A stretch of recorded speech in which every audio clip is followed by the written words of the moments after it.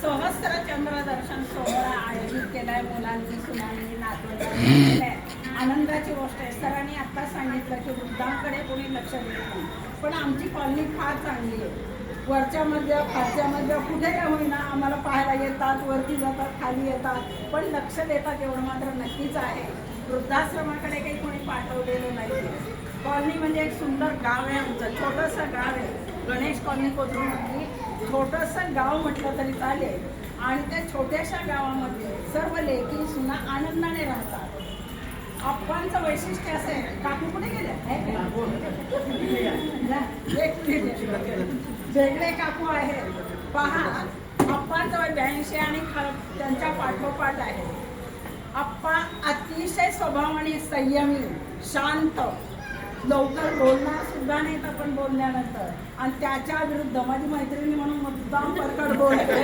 त्याच्या विरुद्ध आमची सखी महिला मंडळातली आमची ही सखी आहे, म्हणजे त्यांचं सौभाग्यवती आहे. पण असंच असावं लागतं, तेव्हाच खरं 36 गुण जुळले असं म्हणतात.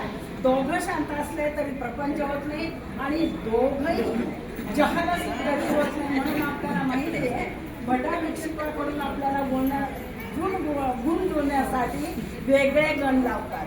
पण वेगळ्या गणात अतिशय सुंदर आणि देखणा संसार केला या जोडीनं केलेला आहे. कौतुक आहे.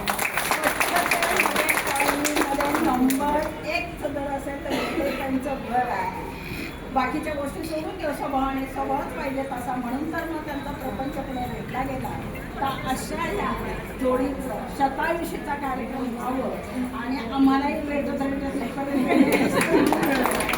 संधी तर आपापला तुम्हाला शतशः वंदन करतो. सगळ्यांनी मिळून पाठीमागे म्हणायचे, जीवेत शरदम शतम, जीवेत शरदम शतम, जीवेत शरदम शतम, जीवेत शरदम शतम, जीवेत शरदम शतम, जीवेत शरदम शतम. धन्यवाद.